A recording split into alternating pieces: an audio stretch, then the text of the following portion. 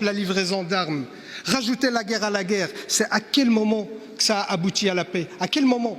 Ça a abouti à la paix en Libye? Aujourd'hui, c'est l'esclavagisme en Libye. Est-ce qu'on est fier de ce qu'on a fait en Libye? Est-ce qu'on est fier de ce qu'on a fait en Afghanistan? 20 ans de guerre pour que les talibans reviennent au pouvoir. C'est les mêmes méthodes, c'est ces méthodes-là auxquelles on s'oppose. Il y a d'autres solutions.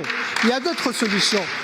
Quand je parle de l'organisation de la sécurité et de la coopération au niveau européen, on ne propose pas ça juste pour faire style. On propose ça parce que ça a montré son efficacité dans le passé.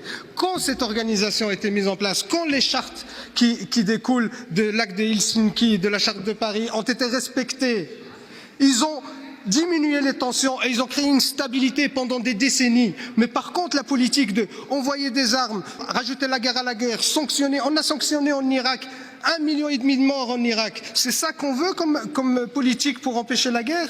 Ces méthodes-là ont montré par le passé leur inefficacité et surtout leur côté contre-productif. La paix, oui, pour garantir la souveraineté de l'Ukraine.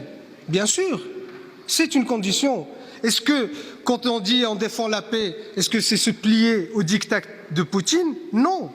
Mais comment obtenir la paix? Moi, c'est ça ma question. Je ne comparais pas ce qui se passait en Libye, en Afghanistan, avec ce qui se passe en Ukraine aujourd'hui. Ce que je comparais, c'est la réponse qu'on donne à ce genre de conflit. Parce que la réponse qui a été systématique dans ces conflits-là, depuis les guerres du Golfe, c'est condamnation, sanction, intervention. Ça a toujours été ça. Condamnation, sanction, intervention. Quel résultat ça a donné? Aujourd'hui, aucun de ces coins dans le monde n'est sécurisé. Aujourd'hui, il n'y a pas de paix dans ces endroits-là du monde. Alors, si vous êtes aussi sensible que moi pour la paix, et pour que la paix soit durable, est-ce que vous pensez qu'il faut utiliser ces mêmes méthodes pour agir en Ukraine, sachant le bilan que ça a donné dans d'autres pays? Non. Je pense que ce n'est pas le cas et ce n'est pas naïf de dire ça, monsieur Benachour, et en m'adressant à vous, je m'adresse à l'ensemble des collègues qui ont posé des questions dans ce sens. Ce n'est pas de la naïveté. La naïveté, c'est croire qu'en élargissant la guerre et la rendre encore plus totale, qu'on va avoir la paix. Ça, c'est naïf de penser ça. Les amendements que j'ai déposés ce matin, les revendications qui sont dans notre texte de résolution, ils sont défendus par le mouvement de la paix. Est-ce qu'ils sont naïfs, le CNAPD? Pax Christi, c'est des naïfs. VRED, c'est des naïfs. Les syndicats européens, c'est des naïfs. C'est ces gens-là qui se sont toujours battus contre la guerre, parce que c'est toujours les travailleurs et les populations qui souffrent de la guerre, et ce n'est pas les dirigeants. Et c'est pour ça que c'est ces gens-là qui ont raison, et ils sont loin d'être naïfs, parce qu'ils savent très bien c'est quoi la guerre. Vous êtes pour la livraison d'armes. Et donc, ne soyons pas naïfs. À partir du moment où Poutine fait résonner les armes, il faut aider les Ukrainiens à résister à ces armes en combattant les troupes russes qui sont sur le terrain et qui détruisent aujourd'hui des villes entières en tuant des femmes, des enfants et des vieillards. Pardon?